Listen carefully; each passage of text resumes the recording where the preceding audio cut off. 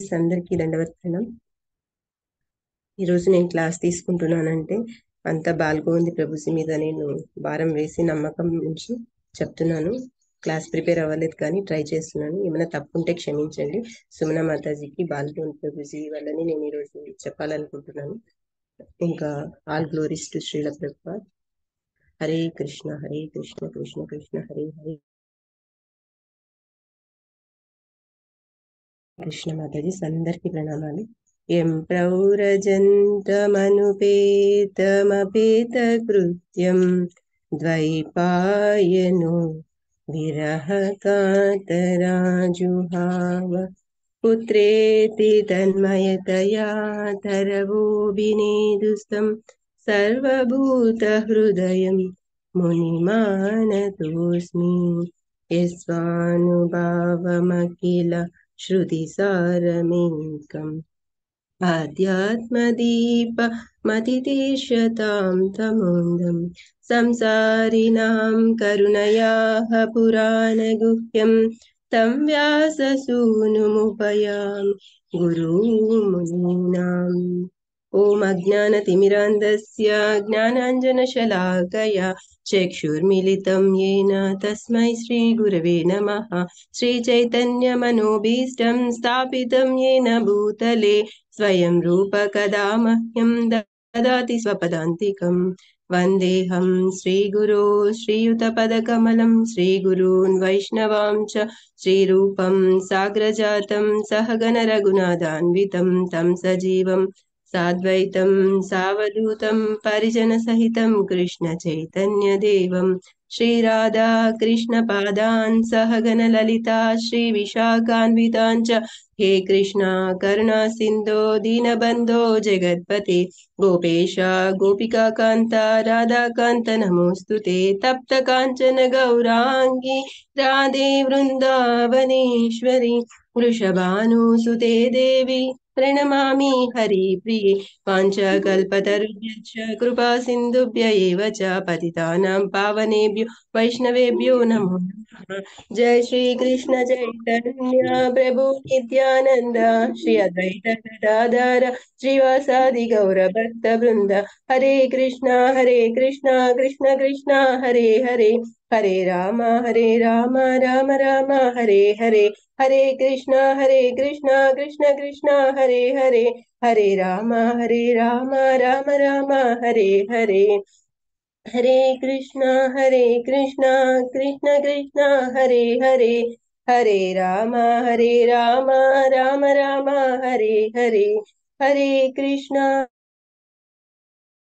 कृष्ण हरे हरे हरे राम राम राम हरे हरे हरे कृष्णा कृष्ण कृष्ण हरे हरे हरे राम राम राम हरे हरे हरे कृष्णा कृष्ण कृष्ण हरे हरे हरे राम राम राम हरे हरे हरे कृष्णा कृष्ण कृष्ण हरे हरे हरे राम राम राम हरे हरे नमो विष्णुपदाय कृष्णप्रेष्ठाय भूतले श्रीमति भक्ति वेदांत स्वामिनिति नामिने नमस्ते सरस्वती देवी गौरवाणी प्रचारिणे निर्विशेष शून्यवादी पाश्चात्य देशधारिणे।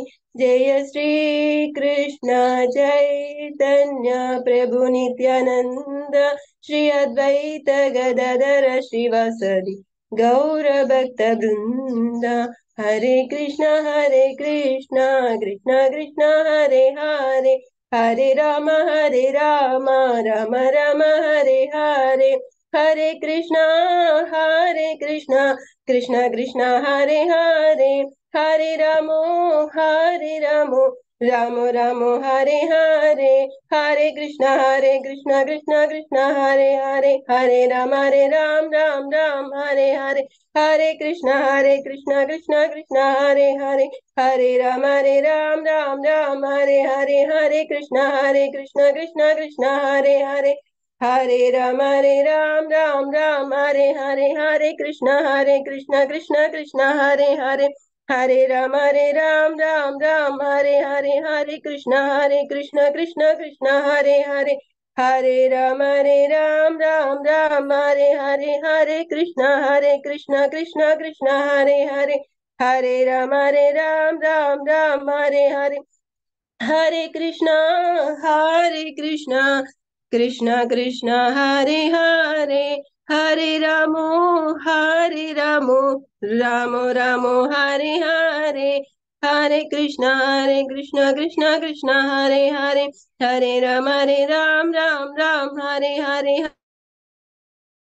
Krishna, Hare Ram, Hare Krishna, Krishna Krishna, Hare Ram, Hare Jaya Radha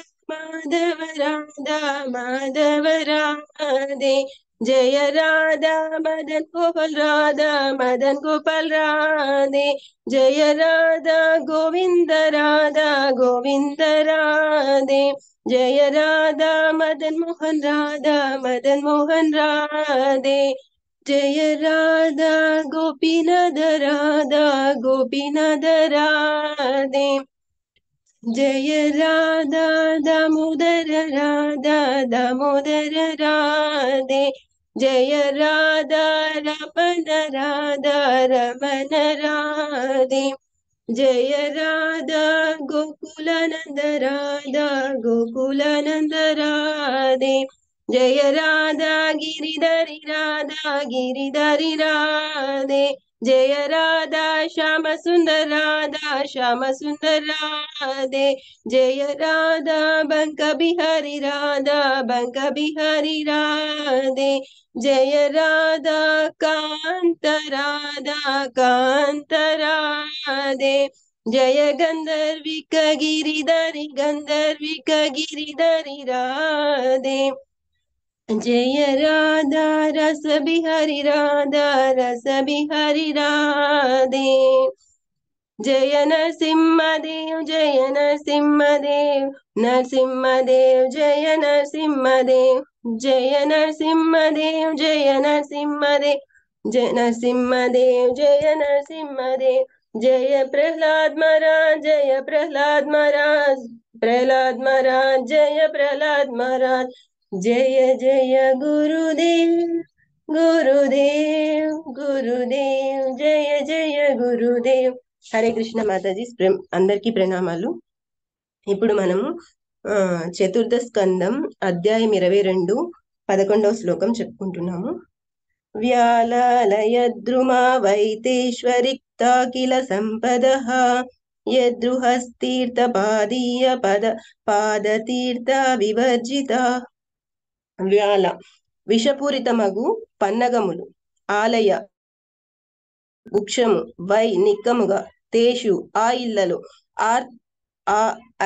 అరిక్త పుష్కలముగా, అఖిల సమస్తమగు, సంపదలు, యద్ గృహ ఆ ఇల్లు, తీర్థపాదీయ సాధు మహాత్ముల పాదములతో సంబంధము, పాదతీర్థ వారి పాద ప్రక్షాళన జలము, వివర్జిత లేనప్పుడు.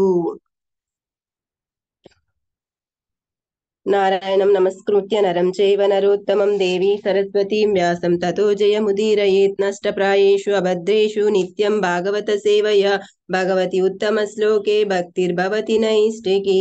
కృష్ణాయ వాసుదేవాయ దేవకీ నందనాయ చ నందగోపకుమారాయ గోవిందాయ నమో నమః. నమో మహావదన్యాయ కృష్ణ ప్రేమ ప్రదాయతే कृष्णाय कृष्ण चैतन्य नाम्ने गौरद्विषे नमः. नमः पंकजनाभाय नमः पंकजमालिने नमः पंकजनेत्राय नमस्ते पंकजांग्रये. नमो ब्राह्मण्य देवाय गोब्राह्मण्य हिताय च जगद्हिताय कृष्णाय गोविन्दाय नमो नमः. नमो विष्णुपादाय कृष्ण प्रेष्ठाय भूतले श्रीमति भक्ति वेदांत स्वामिनिति नामिने. नमस्ते सरस्वते देवी गौरवाणी प्रचारिणे निर्विशेष शून्यवादी पाश्चात्य देश तारिणे जय श्री कृष्ण चैतन्य प्रभु नित्यानंद श्री अद्वैत गदाधर श्रीवासदि गौर भक्त वृंद हरे कृष्ण कृष्ण कृष्ण हरे हरे हरे राम राम राम हरे हरे मूकं करोतु वाचालं पङ्गं लङ्घयते गुरुं यत्कृपातमहं वन्दे परमानन्दमाधवं श्रीचैतन्य ईश्वरम् आराध्य भगवान् व्रजेशतनय तद्धाम बृन्दावनं रम्या कासितोपासना व्रजवधू वर्गेण वा कल्पिताम् श्रीमद्भागवतं प्रमाणममलं प्रेमा कुमार्तो महान् श्री चैतन्य महाप्रभु मतमिदं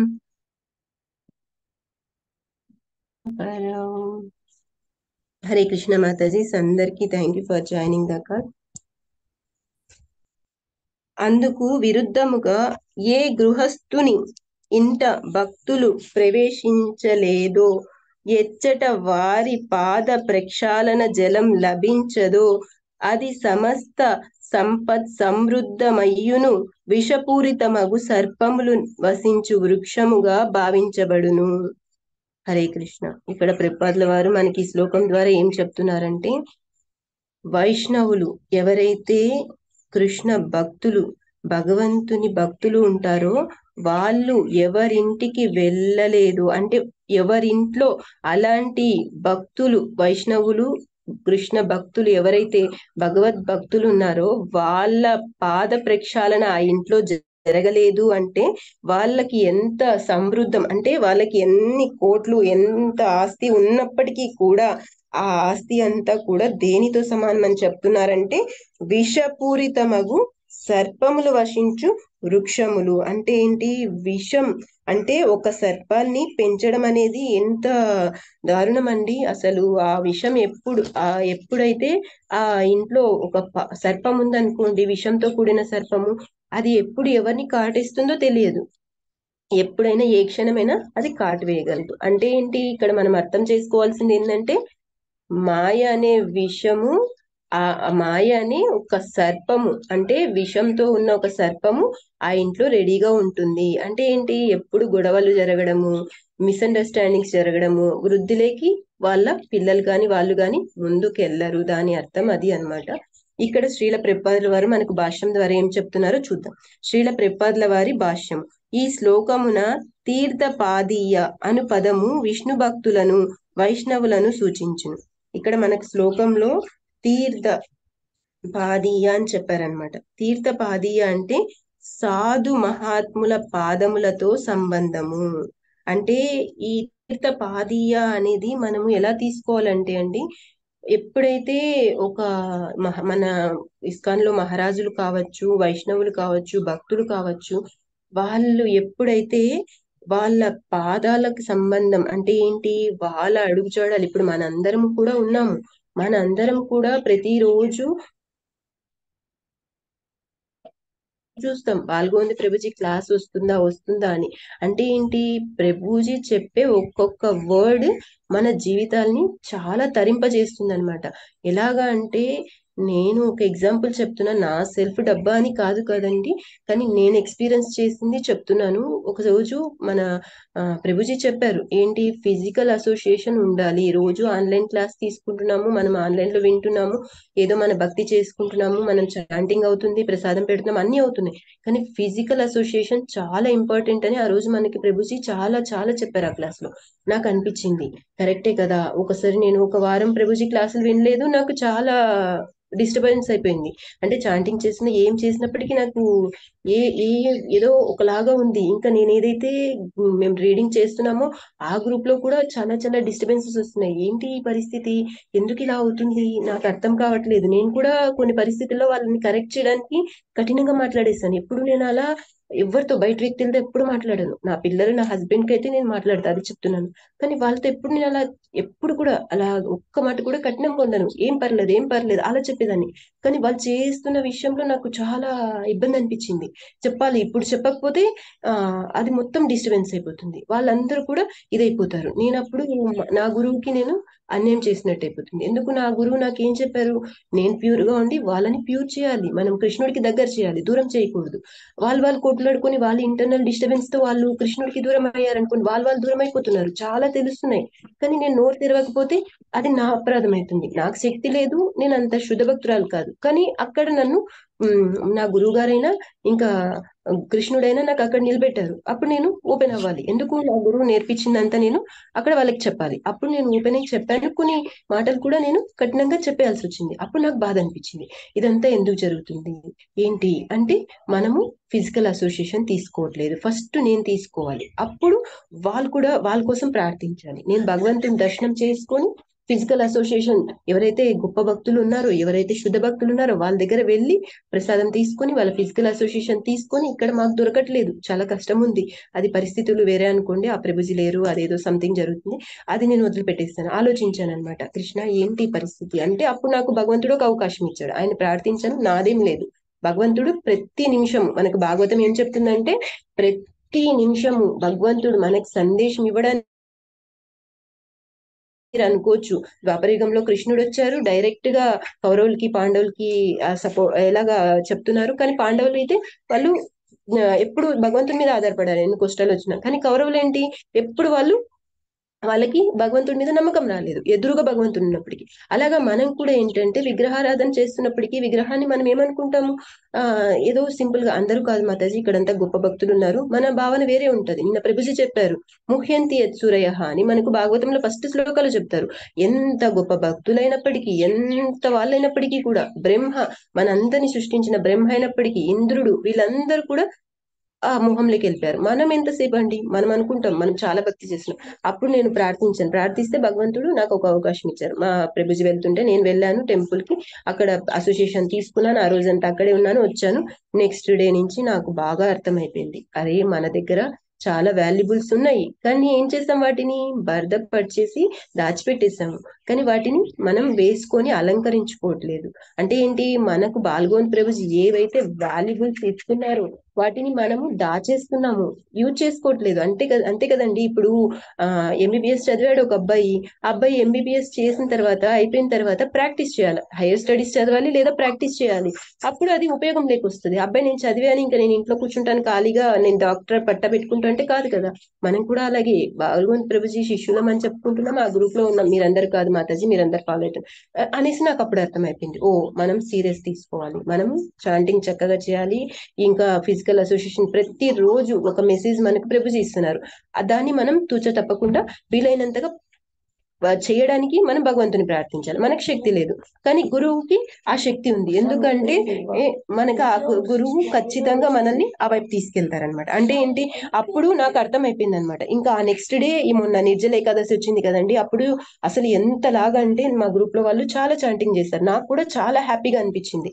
అంటే ఇక్కడ ఏంటి, ఎప్పుడైతే సాధు మహాత్ముల పాదములతో సంబంధం మనకు ఉంటుందో, అంటే విష్ణు భక్తులు వైష్ణవులు వస్తారో, అప్పుడు మన జీవితం భక్తిలో చాలా ముందుకెళ్తుంది. మొన్న కర్ణారాధిక మాతాజీ కూడా చెప్పారు, మాతాజీ కూడా అదే చెప్పారనమాట. మనం కృష్ణ కృష్ణ అనుకుంటే కాదు, ఏం చేయాలి, వైష్ణవుల సేవ చేసుకోవాలి, కృష్ణ భక్తుల సేవ చేసుకోవాలి. వాళ్ళ హృదయం ద్వారా, వాళ్ళ హృదయంలో భగవంతుడు వెలుగుతుంటారు. మాత చెప్పారు కదా, ఏ కలర్ పేపర్ పెడితే ఆ వెలుగులో ఉంటారు. భగవంతుని మనము ఐరన్ దాంట్లో కప్పి పెట్టేస్తాం. అంటే ఏంటి, భగవంతుడు ఉన్నాడు మన దగ్గర, మనం ఏం చేస్తాం, ఒక ఐరన్ బాక్స్ లో ఫోల్డ్ చేసి పెట్టేస్తాం, ఆ వెలుగు బయటికి రావట్లేదు. కానీ శుద్ధ భక్తులు ఏంటి, వాళ్ళు చాంటింగ్ చేసైనా, ఇట్లా మహాత్ముల సాంగత్యంలో అయినా, వాళ్ళు చాలా చాలా చాలా చాలా చేసి చేసి చేసి వాళ్ళ అనర్థాలన్నీ తొలిగిపోయి, వాళ్ళది ఆ ఐరన్ అనేది వాళ్ళది జన్మ జన్మల నుంచి కావచ్చు, ఈ జన్మలో కావచ్చు, వాళ్ళది ఏంటి, లైట్ పేపర్ అయిపోయింది, అంటే షైనీ పేపర్ గా మారిపోయింది. అంటే ఆ వెలుగు ఏంటి, ఒక షైనీగా వస్తుంది అనమాట. అంతలాగా వాళ్ళు ప్యూర్ అయిపోయారు. కాబట్టి వాళ్ళు మన కోసం భగవంతుని ప్రార్థిస్తారు, కాబట్టి మనము శుద్ధం అయిపోతాం అని మొన్న మాతాజీ చెప్పారు. బ్రాహ్మణులను ఆహ్వానించు పద్ధతి కడిచిన శ్లోకంన వివరించబడగా, ప్రస్తుతం ఈ శ్లోకంన వైష్ణవులకు విశేషమగు ప్రాధాన్యం మొసకబడింది. బ్రాహ్మణులను ఆహ్వానించు పద్ధతి కడిచిన శ్లోకంన వివరించబడగా ప్రస్తుతం ఈ శ్లోకంన వైష్ణవులకు విశేషముకు ప్రాధాన్యం వస్తుంది. మనం చూసాం లాస్ట్ క్లాస్ లో మనకు బాల్గోన్ ప్రభుజీ చెప్పారు బ్రాహ్మణుల్ని ఎలా మనం ఆహ్వానించాలి, ఇవన్నీ కూడా లాస్ట్ క్లాసెస్ లో విన్నాం మనం. కానీ ఇప్పుడు ఏం చెప్తున్నారు, వైష్ణవులకి ప్రాధాన్యం వసగబడింది అని చెప్తున్నారు.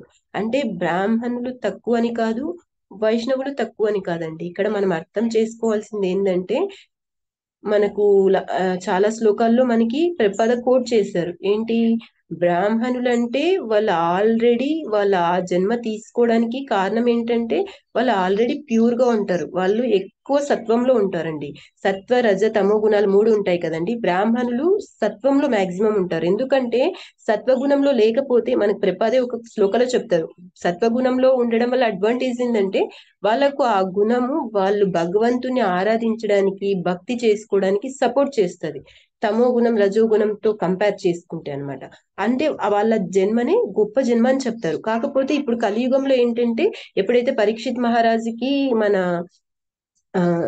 మహర్షి దగ్గర ఏమంటారు శమీక ముని యొక్క పుత్రుడు ఉంటారు కదా, ఆ అబ్బాయి శాపం ఇస్తారు. ఎప్పుడైతే ఆ అబ్బాయి అంత చిన్న వయసులోనే అంత అంటే బ్రాహ్మణ పలుకు అటువంటిది, ఒక్కసారి పలికితే అది ఇంకా అయిపోతుంది అనమాట అప్పుడు యుగాల్లో. అందువల్ల ఆయనకి 7 రోజుల్లో ఏమొచ్చింది, ఈ శాపం వచ్చేసింది, ఒక పాము ద్వారా కాటివేయబడతారనేసి. అంటే ఏంటి, బ్రాహ్మణ వర్డ్స్ అంత వాల్యుబుల్ అన్నమాట. అందుకనే చూడండి మన పెద్దవాళ్ళు కూడా చెప్తారు బ్రాహ్మణులతో దూరంగా ఉండాలి, చాలా జాగ్రత్తగా ఉండాలి, వాళ్ళతో బిహేవియర్ మనం చేయకూడదు అనేసి. అలాగా ఆ శాపం వల్ల అలా జరిగింది కదా. కలియుగంలో ఏంటి, ఈ రాక్షసులు దానవులు కూడా ఆ బ్రాహ్మణ ఇది తీసుకుంటారు జన్మలు. ఎందుకు అలాగా అంటే వాళ్ళ పలుకు ఎప్పుడైతే తను తపస్సు చేయడానికి ఎందుకు వెళ్తారు, అసలు తన సోదరు చనిపోయాడు. అంటే మనకి ఫ్యామిలీ అంటే ఒక అటాచ్మెంట్ ఉంటుంది, ప్రతి ఒక్కరికి ఒక అది అనుబంధం అనేది ఉంటది, ఉండకూడదు, ఉండాలి అది ఖచ్చితంగా. కానీ అతనిది ఎలాగుంది, అహంభావంతో ఉంది అన్నమాట. ఏంటి, అన్నని చంపుతారా, నేను వెళ్ళి చంపేస్తాను విష్ణుమూర్తిని. ఇంకా అదే కోరుకోవట్లేదు, తను ఏం కోరుకుంటున్నాడు, అంత సర్వ జనాలు నాశనం అయిపోవాలని కోరుకుంటున్నాడు. అంటే ఆయన తపస్సు ఒక చిటికెని బొట్టని వేల మీద నిల్చుకొని తపస్సు చేస్తారు. మనకి అంత శక్తి లేదు, కానీ అంత పట్టుదలతో చేసి తను బ్రహ్మ వచ్చినప్పుడు ఏం కోరుకుంటారు, బ్రహ్మకి అడుగుతారు, ఏం అడుగుతారు, నాకు చావు ఉండద్దు, కానీ బ్రహ్మ పోస్ట్ కోరుకుంటాడు. ఆయన మనసులో ఏముంటదంటే ఆ బ్రహ్మలోకానికి ఆయన అవ్వాలనుకుంటాడు. ఎలాగంటే ఈ జన్మలో కాకపోవచ్చు, మనకి ఆత్మ అంతవరకు వాళ్ళ వదిన గారికి పిల్లలకి తన ఎవరైతే తన మదర్ ఉన్నారో ఆవిడకి అప్పటి వరకు తత్వజ్ఞానం బోధించాడు. అతను ఎంత తత్వజ్ఞానం బోధించాడంటే మనము శరీరం కాదు, మనము ఆత్మలము, ఆత్మజ్ఞానం చెప్పాడు. ఎలాగంటే ఎవరైతే తను శరీరం అనుకుంటున్నాడో అతను గోకరం. అంటే ఏంటి, ఒక స్టోరీ కూడా చెప్తాడు. ఏంటి ఆ స్టోరీ అంటే, ఒక యమధర్మరాజు ఉన్నారు కదా, ఒక రాజు ఉసీనర దేశ రాజు చనిపోతారనమాట. అతని ఉసీనర దేశ రాజు పేరు సుయజ్ఞుడు. ఆయన చనిపోయినప్పుడు ఏమైతుందంటే ఆయన భార్యలందరూ విలపిస్తుంటారు. ఎలాగంటే చాలా ఘోరంగా వినిపిస్తుంటారు. ఎంత ఘోరంగా అంటే ఆయన పాదాలు పట్టుకొని హస్బెండ్ కి రాజు చనిపోయాడనేసి ఇంకా ఓ అని ఏడుస్తుంటారు. వాళ్ళ ఆక్రందనలు ఎక్కడి వరకు ఉంటాయంటే యమలోకాన్ని తాగుతాయి. ఇంకా అంత ఏడుస్తుంటారు. ఇంకా ఆ టైం వస్తుంది కదండి, అవన్నీ చేస్తారు కదా, ఎప్పుడైనా ఎవరైనా చనిపోతే అంత్యక్రియలు అవన్నీ చేస్తారు కదా, దానికి వాళ్ళు ఆ శవాన్ని ఇవ్వడానికి సిద్ధంగా ఉండరు, ఆ రాజు యొక్క శరీరాన్ని ఇవ్వడానికి. అప్పుడు ఇంకా యమధర్మరాజు అనుకుంటారు, ఇంకా వీళ్ళు ఇట్లా ఇచ్చేటట్లేరు, నేను వెళ్ళాలి అనేసి ఒక బాలుడు రూపంలో వస్తాడు. ఆయన బాలుడు రూపంలో ఎందుకు వస్తారంటే, పెద్దవాళ్ళు వెళ్ళామనుకోండి, ఇప్పుడు పెద్ద రాజ్యం ఉంది, అలో చేస్తారు, ఎవరు నువ్వు ఏంటి అని అడుగుతారు. చిన్న బాలుడు రూపంలో వస్తాడు, బాలుని ఎవరు పట్టించుకోరు కదండి. అతను వచ్చేసి వాళ్ళకి ఇంత తత్వజ్ఞానం బోధిస్తాడు. ఇదంతా స్టోరీ ఎలా బోధిస్తాడంటే, మీరు ఆత్మలు, మీరు శరీరం అనే భావనలో ఉన్నారు, ముందు దాంట్లోంచి బయటికి రండి అనేసి ఆయన చాలా వివరిస్తారు. నేను చిన్న బాలుడినైనప్పటికీ, చిన్నప్పుడు మా అమ్మ శరీరంలో కడుపులో ఉన్నప్పుడు ఎలా రక్షించబడ్డానో, ఇప్పుడు నేను అడవి మృగాల్లో తిరుగుతున్నప్పటికీ అడవిలో నన్ను భగవంతుడే రక్షిస్తున్నాడు. మీకు ఎందుకు ఆ నమ్మకం లేదు, ఎందుకంత మూర్ఖంగా ఉన్నారు? ఆయన ఇంకా ఎంత తత్వజ్ఞానం బోధిస్తారంటే చాలా బోధిస్తారనమాట. అది మనకు 7వ స్కందంలో వస్తుంది. అలాగా ఈ స్టోరీ అంతా ఎవరు చెప్పింటారు, హిరణ్యకశిపుడు. అంత ఆయన చూడండి, అంటే దానవ రాజు, అంటే దానవులలో గొప్ప వ్యక్తి ఆయన. దానవులలో గొప్ప వ్యక్తి ఎందుకు అంత తత్వం తెలుసు అంటే ఏంటి, ఇక్కడ దానవులకి ఇంకా దేవతలకి రెండే డిఫరెన్స్. దానవులకి అంత తెలిసినప్పటికీ వాళ్ళు ఏం చేస్తారు, భగవంతుని యొక్క ఆదేశాలను ఉపదేశాలను ధిక్కరిస్తారు. కానీ దేవతలు ఏంటి, ఆ భగవంతుని ఆదేశాలను వాటిని ధిక్కరించరు, వాళ్ళు భగవంతుని చెప్పినట్లు వాళ్ళు నడుచుకుంటారు అనమాట. అంటే మనం ఏంటి, మనం అనుకోవచ్చు మనము చాలా గ్రేట్ అనేసి. మనలో కూడా కలియుగంలో ఏంటి, మనలోనే ఉన్నారు రాక్షసులు ఉన్నారు, దేవతలు దేవత ఇది ఉంది, అంటే దేవత స్వభావం ఉంది, రాక్షస స్వభావం ఉంది, దానవ స్వభావం ఉంది. మనము మన గురువు మాటలైనా ఉపదేశాలైనా ఇంకా భగవంతుని ఉపదేశాలైనా ఏదైతే భగవద్గీత ద్వారా భాగవతం ద్వారా అందిస్తున్నారో అది మనం నెగ్లెక్ట్ చేస్తున్నాం. అంటే ఏంటి, మనలో రాక్షస ప్రవృత్తులను మనము ముందుకు తీసుకెళ్తున్నామని. అలా కాకుండా గురువు ఆజ్ఞలని ఉపదేశాలని ఇంకా ఏదైతే భగవంతుడి ఉపదేశాలని వాటిని మనము అనుసరిస్తున్నామంటే ఖచ్చితంగా మనలో దేవతా గుణాలని మనము ఇంప్లిమెంట్ చేసుకుంటున్నాం అనేసి. అంటే ఏంటి, మనలో ఎవరు బయటికి వస్తున్నారనేది మన చేతిలోనే ఉంది. రెండు ఉంటాయి మనలోనే, కానీ ఏది మనం బయటికి తీస్తున్నాం అనేది మనకు అవ్వాలన్నమాట. అంటే మనం ఏ సిచ్యువేషన్ లో ఉన్నామని. ఇంకా ఇక్కడ ఏం చెప్తున్నారు, వైష్ణవులకి ఇంత ప్రాధాన్యం ఎందుకు ఇస్తున్నారంటే వాళ్ళు ఇప్పుడు బ్రాహ్మణ్స్ అయినప్పటికీ వాళ్ళు కృష్ణ భక్తి చేస్తుంటే బ్రాహ్మణ్ వైశ్యస్ అనొచ్చు అనమాట, వైష్ణవులుగా తీసుకోవచ్చు. కానీ వాళ్ళు పుట్టుకతో వాళ్ళు అన్ని వేదాలు అన్ని ఫాలో అవుతున్నారు అనుకోండి, వాళ్ళని కూడా మనము చాలా రెస్పెక్ట్ చేయాలి. కానీ ఎవరైనా పుట్టుకతో బ్రాహ్మణులు అయినప్పటికీ వాళ్ళు ఫాలో అవ్వట్లేదు అనుకోండి, వాళ్ళు బ్రాహ్మణ్ కాదనేసి మనకు చెప్తున్నారు. ఇక్కడ వైష్ణవులు ఎందుకు అంత ముందు స్టెప్ వెళ్తారు అంటే అది కూడా మనకి ఇక్కడ చెప్తున్నారు అనమాట. సాధారణంగా సన్యాసులు గృహస్థులకు జ్ఞానబోధ కావించేడి కార్యంను చేపట్టుదురు.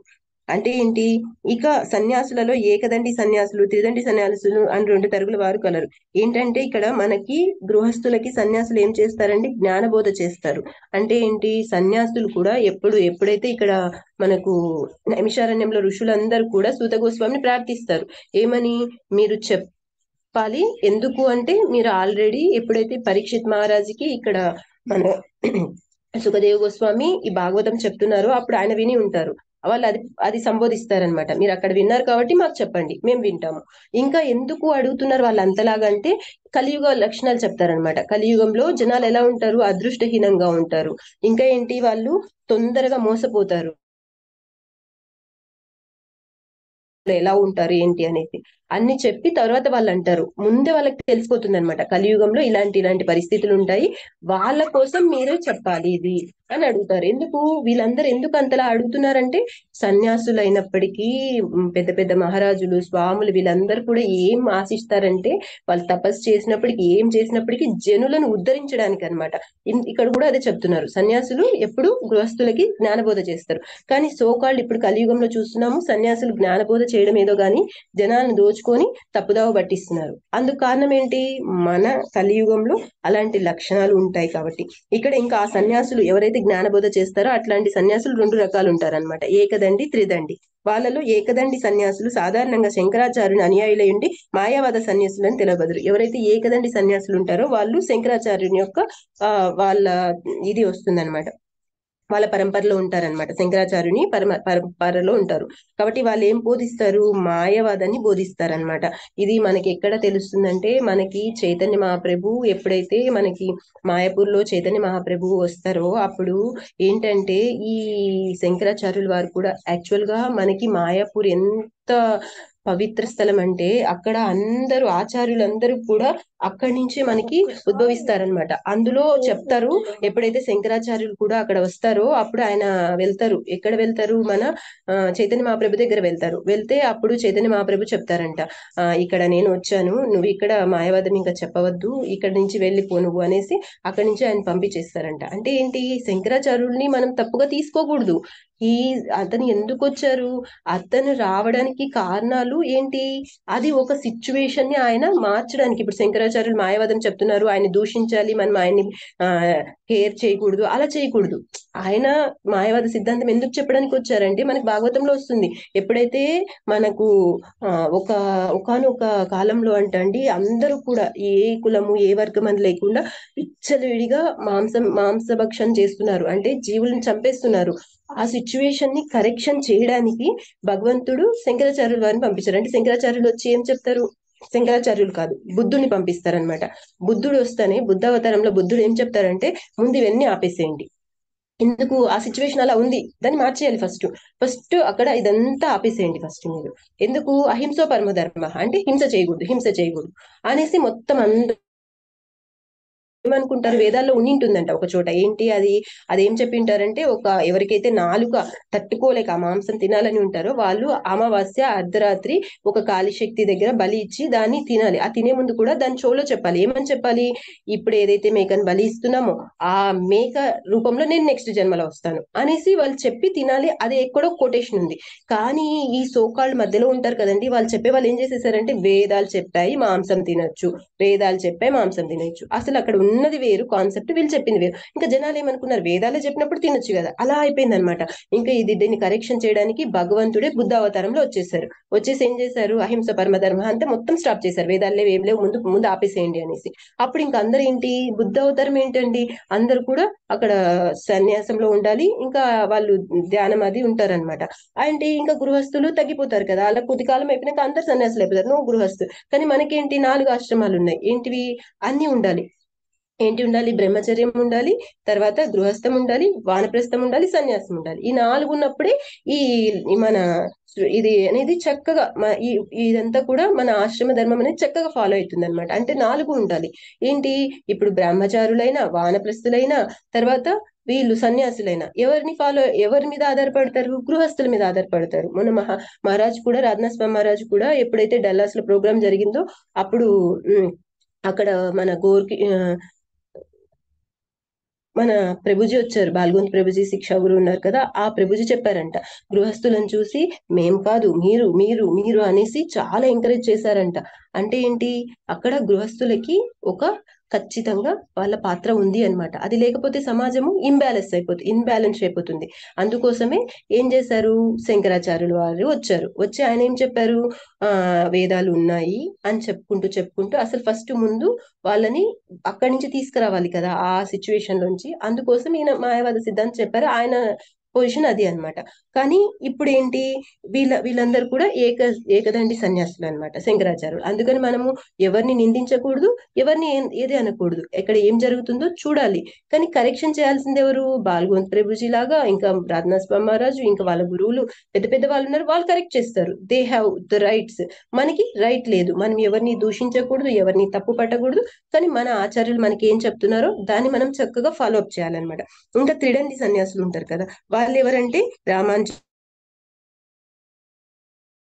ఇంకా ఏంటి, వీరందరూ గృహస్థులకు జ్ఞానబోధ కావించడి కార్యభారంను వహించి ఉందరు.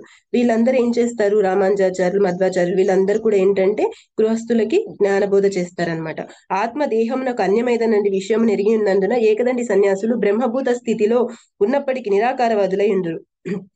ఎవరైతే ఆత్మ తర్వాత దేహము రెండు డిఫరెంట్ అని తెలిసినప్పటికీ ఈ ఏకదండి సన్యాసులు ఏం చేస్తారు, బ్రహ్మభూత స్థితిలో ఉన్నప్పటికీ వాళ్ళు నిరాకారవాదులుగా ఉంటారనమాట. ఎందుకు అంటే వాళ్ళకి ఆ మాయావాద సిద్ధాంతమే తెలిసింది కాబట్టి వాళ్ళు ఏంటి, భగవంతుడి ఆకారాన్ని వాళ్ళు యాక్సెప్ట్ చేయరనమాట. వాళ్ళు ఏమనుకుంటారు, ఈ జన్మ అయిపోయిన తర్వాత ఆ బ్రహ్మజ్యోతిలో కలిసిపోవడం అంటే ఏంటి, అంటే భగవంతుడిలో కలిసిపోతాం అనుకుంటున్నారు. ఇప్పుడు ఏంటండి, ఇప్పుడు మనము సూర్యుడు ఉన్నారు, మనకి భగవద్గీతలో కూడా వస్తుంది ఒక శ్లోకాలు. ఇప్పుడు సూర్యుడు ఉన్నారు, సూర్యుడి కిరణాలు నేలపైన పడుతున్నాయి, మనం అందరం కూడా ఆ కిరణాలని మనము యూజ్ చేసుకుంటున్నాం. ఎండబెట్టుకోవడమైనా, మన బట్టలు ఆరబెట్టుకోవడమైనా, లేదా మనకి ప్రతిదీ కూడా మనకి లైట్ అది వస్తేనే కదా మనము యాక్టివ్ ఉంటాము. 2 రోజులు ఇప్పుడు ఫారినర్స్ కి బాగా ఎగ్జాంపుల్, బాగా తెలుసు, అక్కడ ఎండ తక్కువ ఉంటది కాబట్టి ఈ ఇండియన్స్ కి బాగా తెలుసు. అంటే ఏంటి, సూర్యకిరణాలు మనం యూటిలైజ్ చేసుకున్నప్పటికీ మనం సూర్యగ్రహంలోకి వెళ్ళి సూర్యునిలో ఉన్నట్టు కాదు కదా, సూర్యకిరణాలు అయితే వస్తున్నాయి, కానీ సూర్యుడు చాలా దూరంలో ఉన్నాడు, మనం అక్కడికి వెళ్ళగలమో కూడా మనకు తెలియదు. కానీ అలాగే భగవంతుడి శక్తి బ్రహ్మభూత స్థితి అన్నమాట. ఆ బ్రహ్మభూత స్థితిలో వాళ్ళు వెళ్ళినప్పటికీ అది భగవంతుడిలో లీనమైపోయినాం అనుకుంటున్నారు, కానీ అది కరెక్ట్ కాదనమాట. భగవంతుడు శక్తి అయినప్పటికీ కూడా భగవంతుడు వేరు, ఆయన బ్రహ్మజ్యోతి వేరు అనమాట. అంటే ఏంటి, వాళ్ళు మళ్ళీ ఆ జ్యోతిలోకి వెళ్ళినప్పటికీ కూడా మళ్ళీ తిరిగి ఇక్కడ మానవ జన్మ తీసుకోవాల్సి వస్తుంది. కానీ ఎప్పుడైతే గోలోకానికి వెళ్ళిపోయి కృష్ణ భక్తులు అయిపోతారో వాళ్ళు మళ్ళీ ఈ జన్మ తీసుకొని అవసరం లేదు, జన్మ మృత్యు జరావ్యాధిలో పడిన అవసరం లేదనమాట. ఇది మాయవాద సిద్ధాంతం, నిరాకారవాదులు ఫాలో అవుతారనమాట. కానీ పరతత్వం పరమ పురుషుడని మరియు భగవద్గీత ఎందు బ్రహ్మణోహి ప్రతిష్టాం 14వ అధ్యాయం 27 శ్లోకంలో దోపరపడినట్లు ఆ బ్రహ్మతేజము దేవదేవుడకు శ్రీకృష్ణునిపై ప్రతిష్టమై ఉన్నదని వైష్ణవులు ఎరిగిందురు. అది ఇక్కడ ఏం చెప్తున్నారంటే, మాయావాదులకి కృష్ణ భక్తులకి డిఫరెన్స్ చెప్తున్నారనమాట. ఏంటి, భగవద్గీతలో 14వ అధ్యాయంలో 27వ శ్లోకంలో చెప్తున్నారు, బ్రహ్మణోహి ప్రతిష్టాహం అంటే ఏంటి? ఆ బ్రహ్మజ్యోతి అయినా కూడా దేనిపైన ఆధారపడి ఉంది? కృష్ణుడిపైనే ఆధారపడి ఉంది అని వాళ్ళకి క్లియర్ గా ఇక్కడ తెలుసు అన్నమాట. ఇంకా ఏం చెప్తున్నారు ఇక్కడ అంటే అందుకు భగవత్ సేవ ఎలా చేసుకోవాలి, వైష్ణవుల్ని ఎలా ఇవన్నీ కూడా తెలుస్తాయి కాబట్టి వాళ్ళు గొప్ప స్థాయిలో ఉన్నారనమాట. ఇంకా ఏం చెప్తున్నారు? సారాంశం ఏమనగా తీర్థపాదీయ అనే పదము వైష్ణవులకు అన్వయించును. ఈ తీర్థపాదీయ అంటే సాధు మహాత్ముల పాదములతో సంబంధం. అంటే అప్పుడు సాధువులు మహాత్ములు వీళ్ళంతా అడవిలో ఉండి, అరణ్యంలో ఉండి, హిమాలయాల్లో ఉండి తపస్సు చేసేవారు. కానీ ఈ తీర్థపాదీయ అనే వర్డ్ ఈ వైష్ణవులందరికి కూడా వర్తిస్తుంది. అది 100% కరెక్ట్ మాతాజీ. ఎందుకంటే మీరందరూ కూడా వైష్ణవ సేవలో ఉన్నారు కాబట్టి, వైష్ణవుల అసోసియేషన్ అవుతుంటున్నారు కాబట్టి మీరందరూ కూడా ఎక్స్పీరియన్స్ చేసి ఉంటారని నేను అనుకుంటున్నాను. నేను ఒక చిన్న ఎక్స్పీరియన్స్ ఏంటంటే, నేను ఈ మధ్య అలా వెళ్ళానని చెప్పాను కదా, వాళ్ళ అసోసియేషన్ తీసుకున్నానని చెప్పాను కదా. తర్వాత మేమందరం కూడా వాళ్ళు చీడదహి ఫెస్టివల్ అని కడప దగ్గర వచ్చి చేశారు ప్రొద్దుటూరు వాళ్ళు. అప్పుడు వెళ్ళాము. నేను కూడా వెళ్ళాలి అని నాకు ఉంది. మా ప్రభుజీ వెళ్ళమన్నారు, మాతాజీలతో కలిసి వెళ్ళిపోయాము. అక్కడ వెళ్ళాక ఈ ముఖ్యంసి ఎత్సురయ్య అంటాం చూడండి, అంటే వైష్ణవుల సాంగత్యం దొరికినప్పటికీ, భగవంతుడు దగ్గరకు వచ్చినప్పటికీ మనకి ఎంత మోహం వస్తుందంటే, ఆ రోజు ఒక మాతాజీ ఉన్నారు అక్కడ, మా టెంపుల్ మాతాజీ పైన కూర్చోన్నారు. అక్కడ లోయ అనమాట, అది ఆ కొండపేట అనే ఒక ఊరు ఉంది. అక్కడ కొండ పైన ఒక వాగులో ఆ రోజు చీడదగి ఫెస్టివల్ అప్పుడు మనకి ఎవరైతే గౌర్నీతాయాలు ఉన్నారో వాళ్ళకి స్నానం చేపిస్తారు. అక్కడ వాటర్ ఒక వంక లాగా వస్తుంది అనమాట, పైనుంచి వాటర్ వస్తుంది. అక్కడ చేపిస్తున్నప్పుడు మాతాజీ పైన కూర్చొని మేము లేట్ గా వెళ్ళామన్నమాట. మేము వెళ్ళేటప్పటికి ఆ స్నానం ఆల్మోస్ట్ అయిపోవచ్చింది. ఇంకా అంతా తిరిగి వచ్చేస్తారు, ఎందుకంటే నేను ఆగిపోయాను. తర్వాత వేరే మాతాజీలు ఉండి మళ్ళీ వేరే మాతాజీలు పిలిచారు. నాతో వచ్చిన వాళ్ళు ఏమన్నారు, చీర దడిచిపోతుంది, క్లాస్ లో కూర్చోవాలి, అది ఇది అని చెప్పేశారు. అప్పుడు అప్పుడు కూడా ఆగిపోయాను. మళ్ళీ వేరే మాతాజీలు ఇంకా పిలుస్తున్నారు. నేను అనుకున్నా ఏదైతే అయింది, ఏమైనా కానీ అక్కడ వైష్ణవులు ఉన్నారు వాళ్ళతో వెళ్ళిపోతా అనేసి వెళ్ళాము. అంటే ఇంకా అయిపోతుందేమో డౌట్ ఉంది, ఒకడు అయిపోతే తిరిగి వచ్చేస్తే నేను పోయి వేస్ట్ కదా స్వామి వెనక్కి వచ్చేసిన తర్వాత అని ఉంది. కానీ ఇంకా వాళ్ళు పిలుస్తున్నారు అంటే ఇది కృష్ణ ఇండికేషన్, వెళ్దాం ఎట్లన్నా కానీ అని వెళ్ళిపోయాము. అక్కడ కరెక్ట్ గా అక్కడ వెళ్ళంగానే ఏమైందంటే, అక్కడ మాతాజీని అలో చేయట్లేదు. మాతాజీ వెనక్కి రండి వెనక్కి రండి అంటే నేనైతే ఇంకా నన్ను కూడా అలో చేయరేమో భగవంతుడా అనుకునేసి అక్కడ నిలబడ్డాను. పక్కనే ఆ ప్రభుజీ ఉన్నారు, ఎవరైతే ఆ టెంపుల్ అసోసియేషన్ మొత్తం, ఆ ప్రభుజీ ఒక్క మాట కూడా అనలేదు. ఎందుకు? ఆయన శుద్ధ భక్తుడు, ఆయనకి తెలుసు. ఇంకా నేను అక్కడ భగవంతుడికి స్నానం చేసే అవకాశం వచ్చేసింది. ఎంతలాగంటే ఆ ఆనందం చాలా చాలా అనిపించింది. అసలు మనకి మాతాజీస్కి అయితే టెంపుల్లో ఆల్టర్ లో ఉన్న గౌర్నీతాల్ని టచ్ చేసే శక్తి మనకి ఎప్పుడు రాదు ఆపర్చునిటీ. ఆ భగవంతుడికి స్నానం చేపించే ఆపర్చునిటీ కూడా భగవంతుడే. కానీ ఇంకా అప్పుడు ఆ అవకాశం వచ్చింది, ఎంత ఆనందము. అలాగా అంటే ఏంటి, ఒకవేళ నేను ఆగిపోయింటే ఆ భగవంతుని ఆనందాన్ని నేను మిస్ చేసుకునిండు. అదే ఏదైనా ఏమైనా పర్లేదు, వేరే వాళ్ళు ఉన్నారు కదా, వెళ్ళిపోయాను. అప్పుడు ఆ ఆనందం దొరికింది. అంటే మనం కూడా ఎప్పుడైనా ఇలాంటి అవకాశాలు వచ్చినప్పుడు ఏదో ఒకటి మనకి అడ్డు వేస్తుంది అనమాట. అప్పుడు మనము అక్కడ ఆగిపోతాం. కానీ ఇలాగా ఎవరైతే ఈ వైష్ణవులు ఉన్నారో వీళ్ళందరి వల్ల మనకి భగవంతునికి దగ్గరయ్యే అవకాశం. ఇప్పుడు నేను అక్కడ వెళ్ళాను, భగవంతుడికి స్నానం చేయించానంటే అసలు నేను అంత ప్యూర్ కాదు, నేను అంత శుద్ధ భక్తురాలు కూడా కాదు. కానీ ప్రభుజీ అండర్ లో ఉన్నాం కాబట్టి, ప్రభుజీ బ్లెస్సింగ్స్ ఎప్పుడు మన పైన ఉన్నాయి కాబట్టి, ఇంకా ప్రభుజీ ఫిజికల్ అసోసియేషన్ తీసుకోమన్నారు కాబట్టి ఆ ఫిజికల్ అసోసియేషన్ కి కూడా నాకు పర్మిషన్ వచ్చింది. ఆ పర్మిషన్ తో పోయాను కాబట్టి అక్కడ ఎప్పుడు ప్రభుజీ చెప్పే మాటలు గుర్తుంటాయి కాబట్టి, ఆ వర్డ్ అప్పుడు నాకు గుర్తు రావడం వల్ల నేను వెళ్ళేసి ఆ భగవంతుడికి ఆ విధంగా చేయగలిగాను. అంటే ఏంటి, మనము కృష్ణుడికి దగ్గర అవ్వాలి అంటే మనకి ఖచ్చితంగా వైష్ణవుల సాంగత్యము ఎప్పుడు ఉండాలి, ఫిజికల్ అసోసియేషన్ ఉండాలి, వాళ్ళ క్లాసెస్ కూడా ఫిజికల్ గా వినగలగాలి. అట్లీస్ట్ మన అదృష్టం అంతా ఏంటంటే, ప్రభుపాద అంత కష్టపడి అన్ని చేశారు. ఆయన ఈ రోజు మనము ఒక బటన్ నొక్కడానికి, మన పాల్గొని ప్రభుజీ ఎప్పుడు అంటాడు, ఒక్క బటన్ నొక్కడానికి ఇన్ని సందేహాలు, ఏమైతుందో, ఇంట్లో వంట చేయాలో, పిల్లలున్న ఇన్ని వచ్చేస్తాయి అనమాట. కానీ ఆ ప్రభుపాద ఎంతలా కష్టపడాడు చూడండి. ఆయనతో మనం కంపేర్ చేసుకుంటే అసలు మనం ఏమీ చేయట్లేదు. మనం ప్రభు చెప్పేది కూడా మీరందరూ చేస్తున్నారు, నేనైతే ఒక్క పర్సెంట్ కూడా తీసుకోవట్లేదు. కానీ ఆ 0.0.000 సంథింగే నాకు ఇంత హ్యాపీనెస్ ఇస్తుంది. అది మనం ఇంకా ఇంకా ఇంకా ఎక్కువ పర్సెంటేజ్ పెంచుకుంటూ పోతే ఖచ్చితంగా మనకి ఈ అన్ని కూడా హ్యాపీనెస్లన్నీ మనకి మనకి భగవంతుడు మన లైఫ్ లోకి వచ్చి మనం ఏమవ్వాలి, మన జీవిత లక్ష్యాన్ని చేరుకోవడానికి మనకి చేస్తారనమాట భగవంతుడు. ఏంటి మన జీవిత లక్ష్యము? Go back to Godhead. ప్రిపల్ వారు అదే చెప్పారు. అది ఖచ్చితంగా జరుగుతుంది ఎప్పుడు మనము మన గురువు గారిని గట్టిగా పట్టుకున్నప్పుడు అనమాట. అనగా వైష్ణవుడు ఎచ్చటికేగినను ఆ ప్రదేశంను వెంటనే తీర్థస్థానంగా చేసివేయగలడు. ప్రతి ప్రదేశంను తమ పాద స్పర్శచే తీర్థస్థానంగా చేసివేయటకు వైష్ణవ సన్యాసులు ప్రపంచమంతటను పర్యటించుదురు. అంటే ఏంటంటే ఒక వైష్ణవుడు ఎక్కడికి వెళ్ళినప్పటికీ దాన్ని తీర్థస్థానాలుగా మార్చేస్తారు. మనకు ఒక చోటు చెప్తారండి, గంగా స్నానం చేస్తే మేము ప్యూర్ అయిపోతాం అనేసి చాలా మంది భక్తులు మునుగుతారు. వాళ్ళు ఎలా ప్యూర్ అవుతున్నారంటే, ఇలాంటి వైష్ణవులు ఎవరైతే ఉన్నారో వాళ్ళు వెళ్ళి అక్కడ స్నానం చేసినప్పుడు వీళ్ళ పాపాలు వైష్ణవులు తీసుకుని వాళ్ళని ప్యూర్ చేస్తున్నారు. మీరు అనుకోవచ్చు, అమ్మో మేము కూడా వైష్ణవులు కదా, మేము కూడా అక్కడ వెళ్తే మేము ఇంప్యూర్ అవుతామా అంటే, అలా కాదు. మహారాజులు వీళ్ళందరూ గొప్ప గొప్ప వాళ్ళు వీళ్ళవన్నీ ప్యూర్ చేసేస్తారండి. నేను మొన్న చూశాను, ఒక ప్రభుజీ నాతో ఒకే ఒక వర్డ్ మాట్లాడారు నన్ను చూడంగానే. ఆ వర్డ్ నాకు ఎంత మార్చేసిందంటే నా లైఫ్ లో చాలా డిఫరెన్స్ వచ్చిందనమాట. అప్పుడు నేను అనుకున్నాను వైష్ణవుల అసోసియేషన్ ఎంత గొప్పది అనేసి అనమాట. ఇక్కడ ఈ ప్రపంచం అంతా కూడా ఈ వైష్ణవులు ఎందుకు తిరుగుతారంటే, ప్రపంచం మొత్తాన్ని కూడా తీర్థస్థానంగా మార్చాలనేసి వీళ్ళు తిరుగుతుంటారు. ఇప్పుడు నామా హట్స్ అండి, మనందరికీ ఐడియా ఉంది. ఇస్కాన్ టెంపుల్స్ అన్ని ఊర్లలో లేవు, కానీ నామా హట్స్ ఉన్నాయి. ఎందుకు నామా హట్స్ ఇన్ని లక్షల్లో ఉన్నాయంటే, ఈ జనాలందరినీ తరించడానికే ఈ గొప్ప భక్తులు, ఈ వైష్ణవులందరూ కూడా ఎవరైతే మనలాంటి జనులు ఉన్నారో వాళ్ళందరినీ ప్యూరిఫై చేయడానికి. ఎలా ప్యూరిఫై చేస్తారు వాళ్ళు? ఫస్ట్ వాళ్ళు టెంపుల్ కి రమ్మని చెప్తారు, తర్వాత ప్రసాదం ఇస్తారు, తర్వాత మనకి హరినామం ఇస్తారు. ఆ హరినామంతో మనం తరించిపోతాం అనమాట. అంటే ఒక్కొక్కటి కల్మషం మనలో వెళ్ళిపోతూ ఉంటుంది. వాళ్ళు క్లాసెస్ ఇస్తారు, భగవద్గీత, భాగవత్, అట్లా మనల్ని భక్తుల వైష్ణవుల అసోసియేషన్ ఇస్తారు. మహారాజులు వచ్చినప్పుడు వాళ్ళతో బ్లెస్సింగ్స్ ఇప్పిస్తారు. ఇలాగా జనులందరినీ వాళ్ళు ప్యూర్ చేస్తారు. ఇంకా రాలేదనుకోండి, టెంపుల్ కే రాని వాళ్ళు ఉన్నారు, వాళ్ళ కోసం ఏం చేస్తారు వీళ్ళు? నగర సంకీర్తన చేస్తారు. అప్పుడైనా వాళ్ళ చెవులకి హరినామం వెళ్తుందని. ఎప్పుడైతే మనం చూస్తాం కదండి, మన నిత్యానంద ప్రభు ఎలా ప్రచారం చేసేవారు, ఒకసారి వెళ్ళి తలుపు ముందర పడిపోయేవారు అనమాట అక్కడ. అప్పుడు ప్రభు ఉన్నప్పుడు వాళ్ళు తలుపు తెరిస్తే ఇక్కడ కనిపించరు, వాళ్ళు పాదాల దగ్గర ఉంటారనమాట.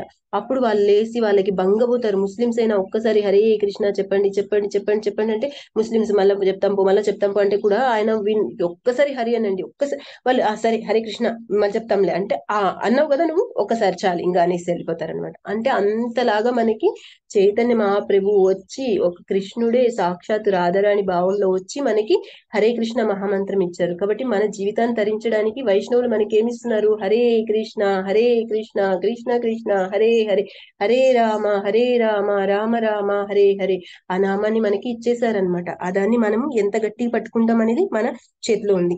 ప్రతి ప్రదేశంలో తమ పాదస్పర్శచే తీర్థస్థానంగా చేసివేయటకు వైష్ణవ సన్యాసులు ప్రపంచమంతటను పర్యటించుడు. కర్షణ శ్లోకంలో వివరించిన పద్ధతిలో వైష్ణవులకు ఆహ్వానమొసగని గృహము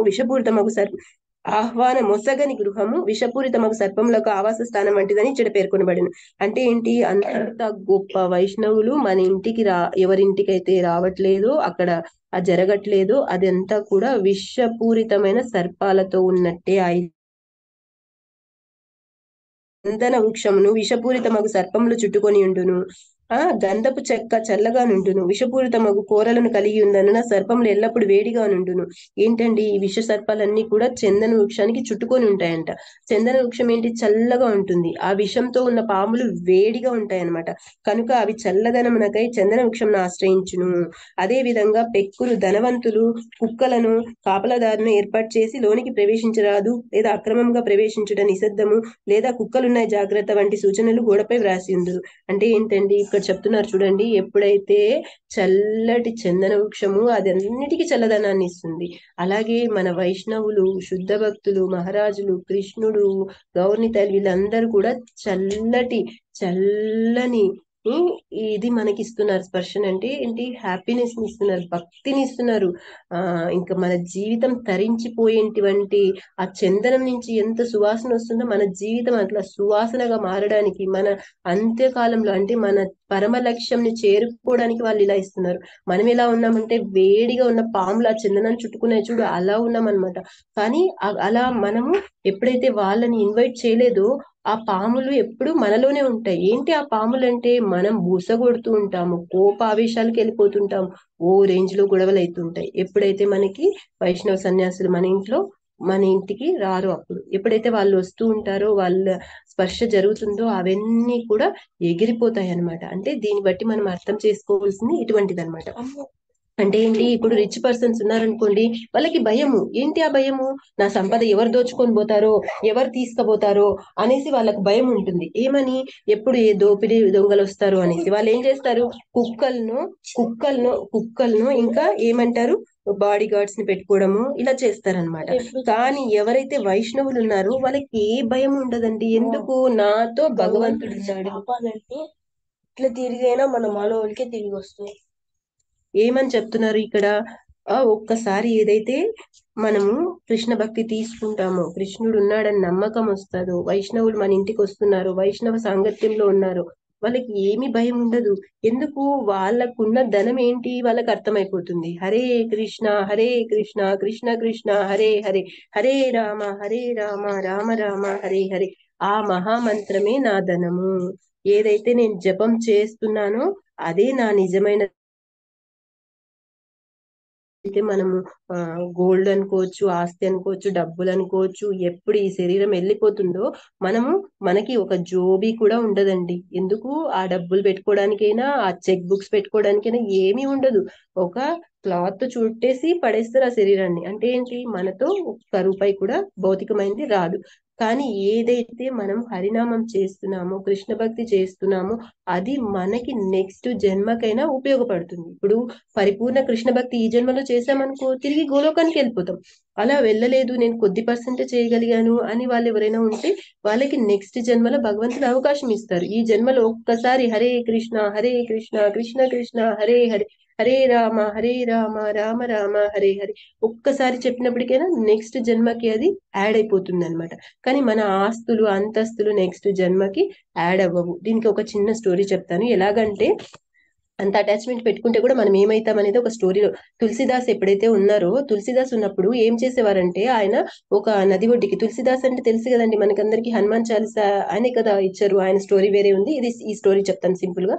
ఆయన ఎక్కడైతే నది ఒడ్డున కూర్చొని రోజు రామాయణం చదివేవారు అనమాట, అందరికి వినిపించేవారు. ఏదైతే ఆ ఊర్లో రాజా ఉన్నారో ఆయన అక్కడ ఒడ్డు నుంచి వెళ్తా రోజు వింటారనమాట. అంటారు అక్కడ ఆగి, ఈయనకి ఏమి పని బాటలే, ఏం పని లేదు కాబట్టి ఇక్కడ కూర్చొని ఇది చెప్తుంటాడు, ఈ రామాయణం ఎప్పుడు ఇదే పని ఈయనకి అని చెప్పేసి వెళ్ళిపోతుంటాడు అనమాట రోజు అలా. ఈయన ఏమనుకుంటారు, రాజు నేనే గొప్ప, నాకు రాజ్యం ఉంది, నాకు ఒక బాధ్యత ఉంది, నేను అంత నాది పని ఉంది అనేసి అనుకుంటాడు ఈ రాజు. అంటే ఈ భూమిని నేనే పాలిస్తున్నా అనే ఇదిలో ఆయన ఉంటారు. ఒక రోజు ఏమైతుంది, ఈ తులసిదాస్ వెళ్తారు వాళ్ళ ఇంటికి. వెళ్ళి రాజుని అడుగుతారు, రాజా నేను మీకు రామాయణం చెప్తాను, మీరు వినండి, ఎంతో ఇది గొప్పది, మీకు తెలియట్లేదు, మీరు అందుకే దీన్ని ఇట్లా దూషిస్తుంటున్నారు అంటే, సరే సరే రేపురా అంటారు. మళ్ళీ వెళ్తే రేపురా, అలా రోజు రేపురా అంటారు. ఒక్క రోజు ఎప్పుడైతే తులసిదాస్ వెళ్తారో అప్పుడు రాజా ఓపెన్ చేయరు, వాళ్ళ అబ్బాయి ఓపెన్ చేస్తారు. అప్పుడు అడుగుతాడు వాళ్ళ అబ్బాయిని, ఏమైంది రాజా ఎక్కడ ఉన్నారు, నేను రామాయణం చెప్పడానికి వచ్చానంటే, ఇంకెక్కడ రాజా, మా నాన్నగారు వెళ్ళిపోయారు అంటే చనిపోయారని చెప్తారనమాట. అప్పుడు సరేలే అనేసి ఆయన దిగాలుగా నడుచుకుంటా వస్తే, అదే రాజ్యంలో ఒక మూలకి ఒక ఎద్దు కట్టబడి ఉంటది.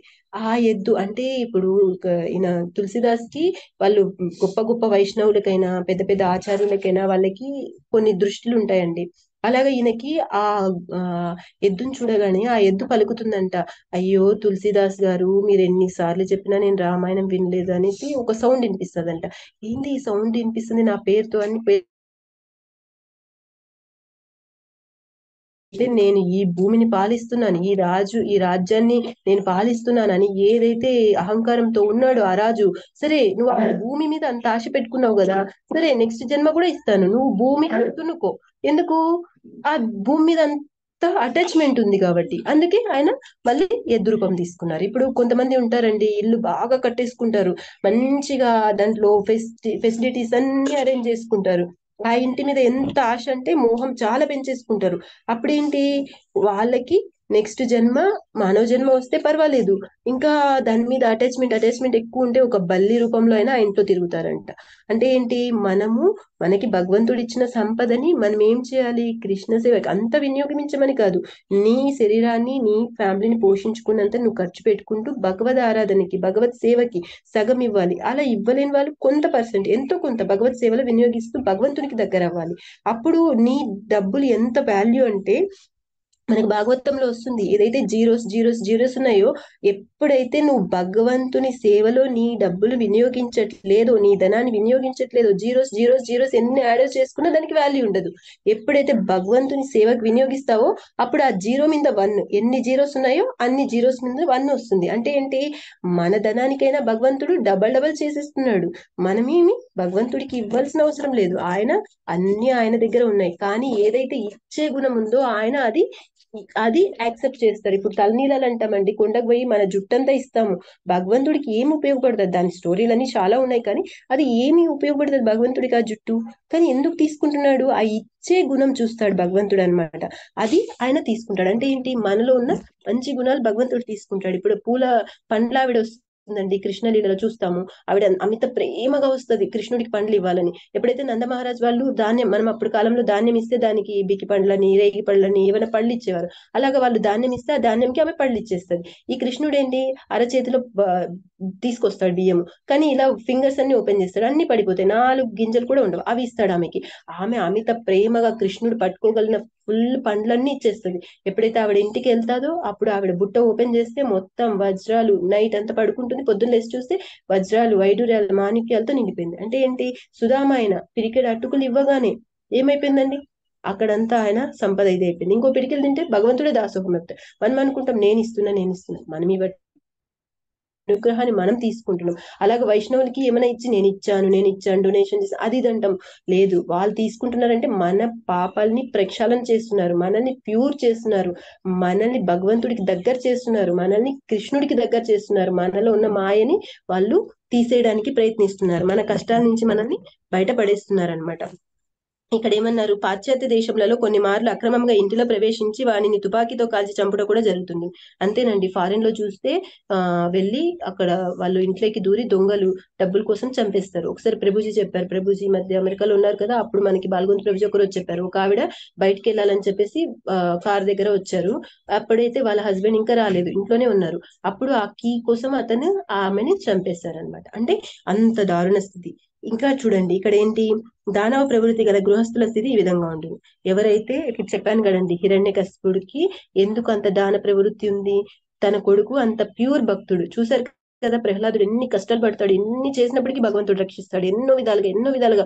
ఒకసారి పైనుంచి దొల్లి చేసినప్పుడు భగవంతుడు నరసింహ అవతారంలో వచ్చి కాపాడాలి, కానీ అప్పుడు వరాహ రూపంలో వచ్చేసి కాపాడేస్తారు. అందుకే కదా సింహాసనం ఈ రోజు ఎందుకు అలా ఉందంటే, వరాహ నరసింహస్వామి ప్రహ్లాద్ ఒక ఇది కోసమే వచ్చారనమాట. అంటే వరాహ రూపంలో ఉన్నారు, ఇంకా నరసింహ అవతారం లేదు, ఇంకా టైం ఉంది, ఆయన కూడా వచ్చేసారు. ఎందుకు, ప్రహ్లాదుని కాపాడడానికి. అంటే భక్తుని ఎంతలా కాపాడతాడు, ఎందుకు ఎందుకు భక్తుని కాపాడాడు, అతన్ని నారాయణ నామం పట్టుకున్నాడు. ఎప్పుడు నారాయణ అంటే భగవన్ నామం పట్టేసుకున్నాడు, కాబట్టి భగవంతుడు అన్ని క్షణం కాపాడుతున్నాడు. హిరణ్యకశిపుడు ఏంటి, తత్వజ్ఞానం తెలుసు, అన్ని తెలుసు, తపస్సు చేశాడు, బ్రహ్మ వచ్చారు, అన్ని ఈ లోకాలని గడగడలాడించి అన్ని చేశాడు. కానీ ఏంటి, తనలో దానవ ప్రవృత్తి ఉంది అనమాట. అంటే ఇలాగ ఎవరైతే, కానీ తర్వాత చివరికి ఏమైంది, అతను వధించబడ్డాడు నరసింహ అవతారంలో స్వామి ద్వారా. అంటే ఏంటి, ఈ దానవ ప్రవృత్తి ఎవరికైతే ఉంటుందో అలాంటి గృహస్థుల స్థితి కూడా ఇలానే ఉంటది. ఇప్పుడు ఎలాగైతే ఒక ఇంట్లో దూరి ఫారినర్స్ లో ఎట్లా కాల్చి చంపుతున్నారో వాళ్ళది పరిస్థితి కూడా అలానే ఉంటుంది అనమాట. అటువంటి గృహములు సర్పనివాసములుగా భావించబడు. అంటే ఏంటి, పరుల సొమ్ము పాము వంటిది అంటారు కదండి, అలాగా మన సొమ్ము అయినా కూడా భగవంతుడు సేవ లేనప్పుడు ఎవరైతే వైష్ణవుల ఇది మన ఇంట్లో వాళ్ళ ఇన్విటేషన్ లేదు, అది ఏమైతుంది, విషపూరితం, ఎప్పుడైనా అది కాటేయచ్చు అనమాట. అంటే ఏంటి, మొన్న ఒక ప్రభుజీ చెప్పారు, నీవెలాగున్నావో అలాంటి వాళ్ళే నీతో వస్తారు ఫ్రెండ్షిప్ కి, నువ్వెలా ఉన్నావో అలాంటి వాళ్ళే నీ ఇంటికి వస్తారు. అంటే ఏంటి, ఒకటే చెప్పారు, ఇప్పుడు ఒక అబ్బాయి ఉన్నాడు, ఆ అబ్బాయి పలానా అబ్బాయి గుణాలు చెప్పాలంటే ఆ అబ్బాయిని చూడనవసరం లేదు, ఎవరు ఆ అబ్బాయితో ఫ్రెండ్షిప్ చేస్తున్నారో వాళ్ళ ఫ్రెండ్స్ ని బట్టి ఆ అబ్బాయి ఏదో చెప్పొచ్చు. సేమ్ మనం ఉంటే అలాంటి వాళ్ళు మన ఇంటికి వస్తారు, మనం భక్తి చేస్తుంటే భక్తులు మన ఇంటికి వస్తారు, మనం వైష్ణవులకి సదాచారం చేయాలనుకుంటే వాళ్ళు మన ఇంటికి వస్తారు. అలాగా మనం కృష్ణునికి ఇన్వైట్ చేయాలంటే అప్పుడు మన ఇంట్లో వైష్ణవ సంప్రదాయం అనేది స్టార్ట్ అవుతుంది అనమాట.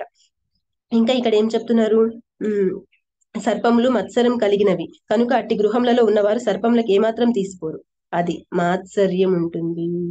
చూడండి, మనకు భాగవతంలో ఫస్ట్ లోనే చెప్పేశారు, భాగవతం ఎవరికి అర్థమవుతుంది అంటే, నాకు సాంస్క్రిట్ వచ్చు, నాకు అన్ని వచ్చు అనుకుంటే నో, భాగవతం ఏం అర్థం కాదు. నేను ఎన్నో చదవగలను, నేను శ్లోకాలు ట్రాన్స్లేట్ చేయగలను, సో కాల్డ్ అంటే కూడా కాదు. ఇంకా నేను చాలా చదవచ్చు, నాకు ఉన్నాయంటే కాదు. మా మాత్సర్యం ఉండకూడదు. ఎప్పుడైతే మాత్సర్యం ఉండదో అప్పుడే ఆ హృదయం క్లీన్ గా ఉంటుంది. ఎప్పుడైతే ప్యూర్ హృదయంలో ఉంటారో వాళ్ళకి భాగవతం బాగా అర్థమవుతుంది.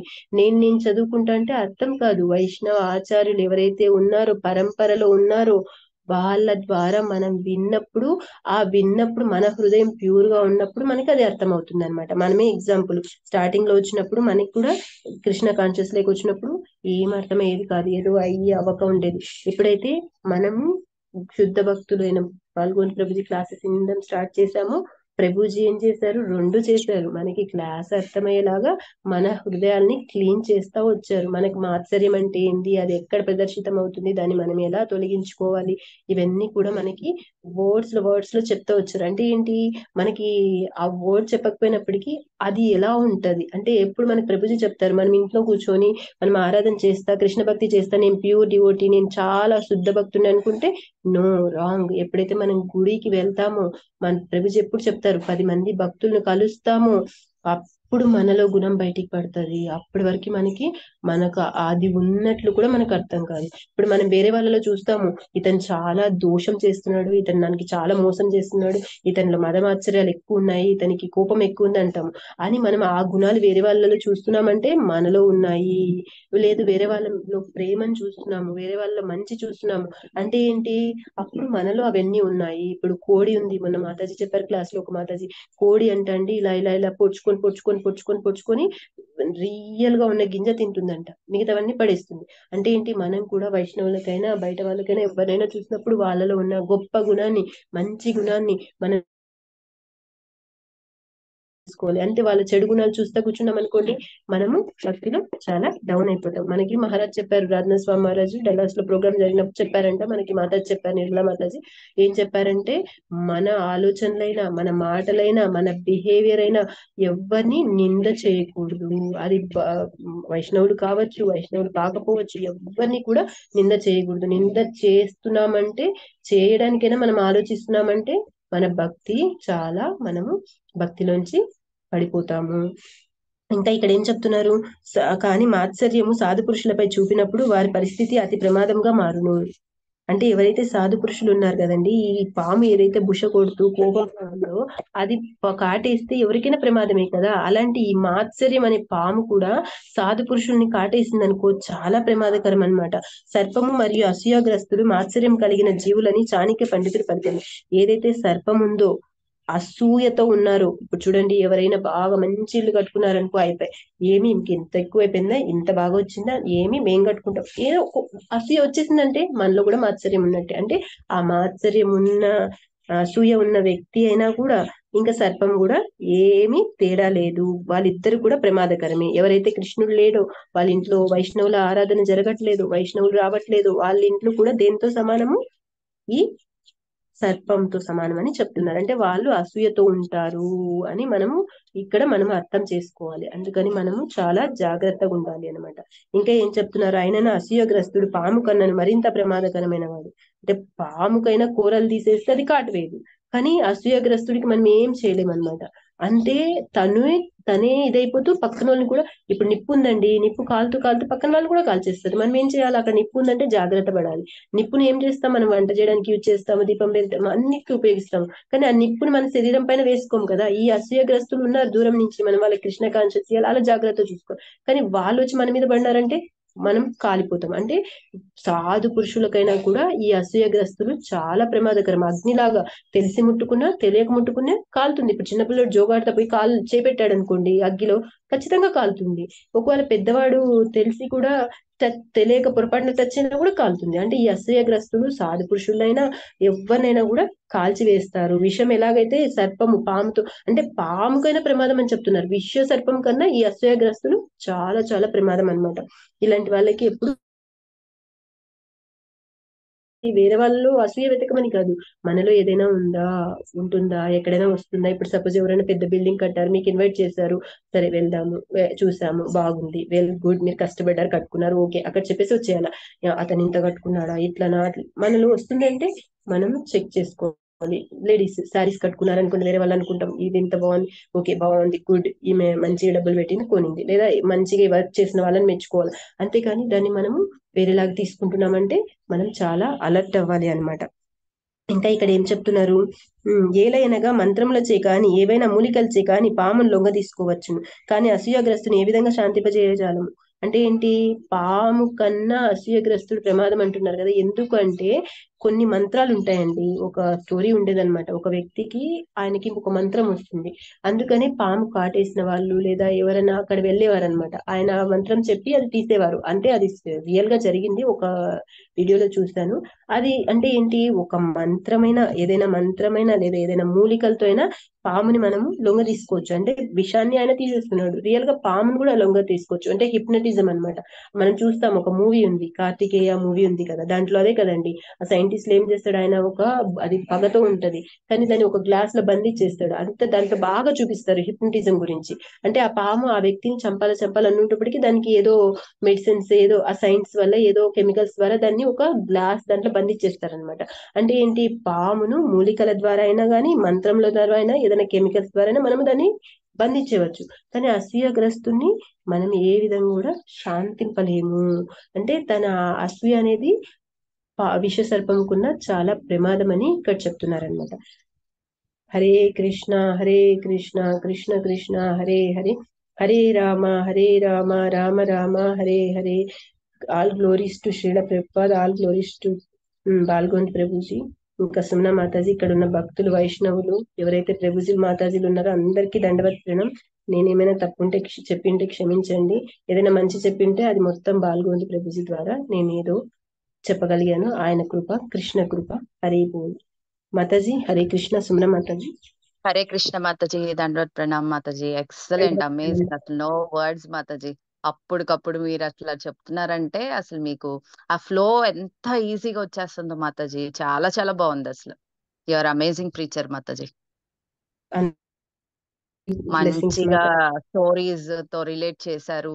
ఆ పర్పోర్ట్ అసలు ప్రతి వాక్యము భలే రిలేట్ చేస్తున్నారు మాతాజీ. మీకు అసలు ఫ్లో చాలా బాగా వచ్చేసింది, అసలు చాలా చాలా బాగుంది Mataji. Thank you so much. Hare Krishna Mataji. అంతా పాల్గొని Prabhuji blessings Mataji. Hare Krishna. But you are very knowledgeable Mataji. Amazing Mataji.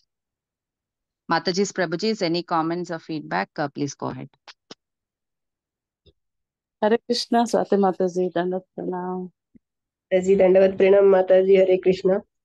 Wonderful Mataji, wonderful class Mataji. ఎప్పటిలాగే మీరు ఇంకా చెప్పండి మాతాజీ.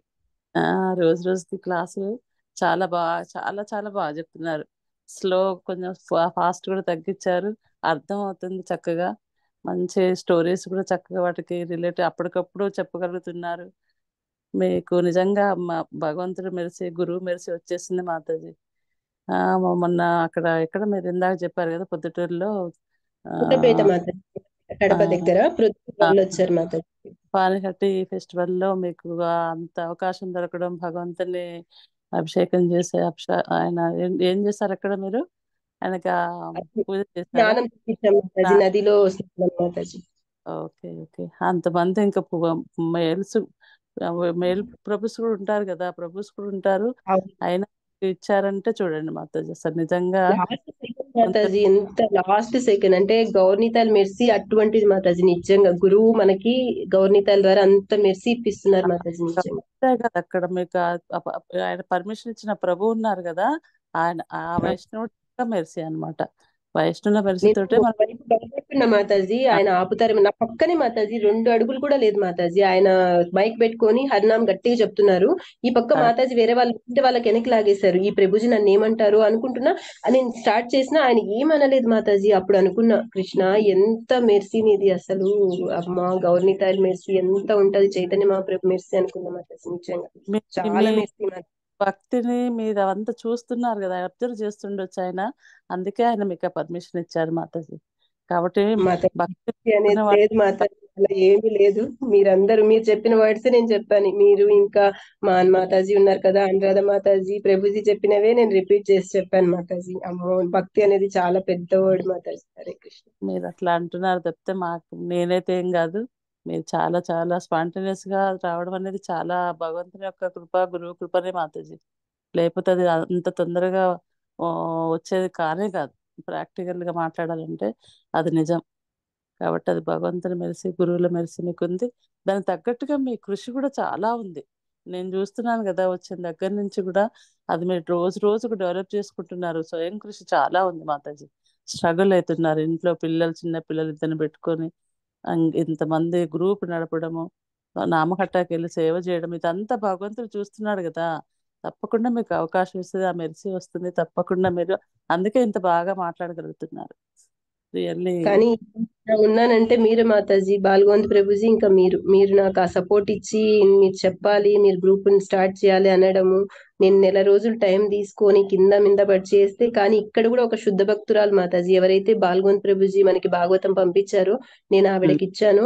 ఆవిడ మొండి పట్టుదల పట్టారు మాతాజీ. ఆవిడ కూడా శుద్ధ భక్తురాలు, పైకి కనిపించరు కానీ ఆవిడ చాలా భక్తి మాతాజీ. అసలు అంటారు, నువ్వు చదివిపించాల్సిందే, బుక్కులు ఇస్తే సరిపోయినా వాళ్ళే మా ఇంటికి వచ్చారు మాతాజీ. ఆ రోజు వాళ్ళు ఆ రోజు మా ఇంట్లో ప్రసాదం తీసుకున్నారు. ఆ రోజు ఆవిడ పట్టుపట్టి నువ్వు చదివించాల్సిందే, మా ఇంట్లో ఒక శ్లోక చదివి వెళ్ళారు. ఆవిడ వల్లే నడుస్తుంది. ఇంకా చాలా మంది ఉన్నారు మాతాజీ, వాళ్ళందరి వల్ల నడుస్తుంది మాతాజీ ఆ గ్రూప్. మీ బ్లెస్సింగ్స్ బాల్గోంద్ ప్రభుజీ, ఇంకా మీరు.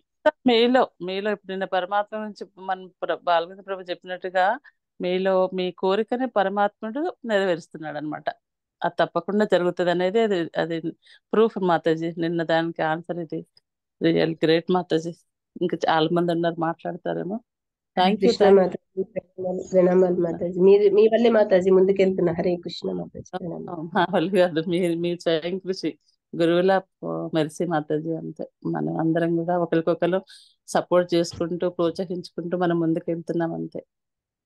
హరే కృష్ణ. బాల్గోంద్ ప్రభుజీ మాతాజీ చాలా ప్యూర్ చేస్తున్నాడు, మనకు తెలియట్లేదు కానీ చాలా మాతాజీ. ప్రతి చోట నేను రియలైజ్ అయ్యా మాతాజీ, మొన్న కలిసినప్పుడు వేరే మాతాజీ నాకు ఆడ క్విజ్ ఉందంటే చైతన్య చరితామృతం నేను తీసుకోపోలే. ఆ మాతాజీ చాలా క్లోజ్, నాకు చాలా సపోర్ట్ చేస్తారు. కానీ ఆ బుక్ క్విజ్ చదువుదామంటే తను చేయి అడ్డు పెట్టేస్తున్నారు. అప్పుడు అనుకున్నాను, అరే తినకి ఇష్టం లేదు, నేను చదవకూడదు అనేసి ఇంకా నేను సైలెంట్ అయిపోయి కామ్ అయిపోయాను. కానీ అక్కడ అబ్జర్వ్ చేశాను, బాల్గోంద్ ప్రభు చెప్పారు కదా మనలో ఉంటాయి, నాలో ఈ గుణం ఉందేమో అందుకే ఇక్కడ కనిపిస్తుంది అనేసి నేను చాలా సైలెంట్ అయిపోయాను మాతాజీ. ముందంతా నేను ఏం చేశాను అంతా ఒకసారి క్లీన్ పిక్చర్ కనిపించింది మాతాజీ నాకు. హరే కృష్ణ. హరే కృష్ణ. హరే బోల్.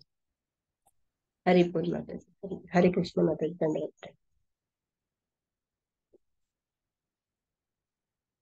Hari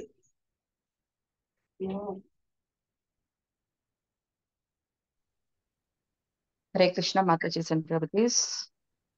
yes Varnalatha Hare Mataji, go ahead. Krishna. Hare Krishna Hare Swati Krishna. Mataji. Hare చాలా కృష్ణ బాగా చెప్పారు స్వర్ణలత. మాతాజీ. ప్రణామాలు మాతాజీ. చాలా బాగా చెప్పారు మాతాజీ. మీ ఫ్లో చాలా బాగుంది. సుమ్నా మాతాజీ అన్నట్టు చాలా బాగున్నాయి. స్టోరీస్ కూడా బాగా రిలేట్ చేశారు. చాలా బాగుంది మాతాజీ.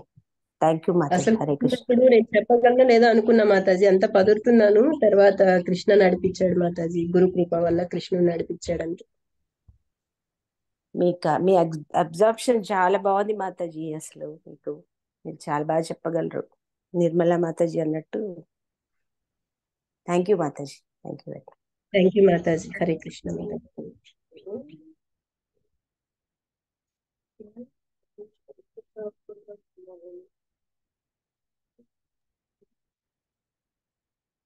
మాతాజీ ఎండ్ చేద్దామా మాతాజీ, ఇంకెవరు లేకపోతే?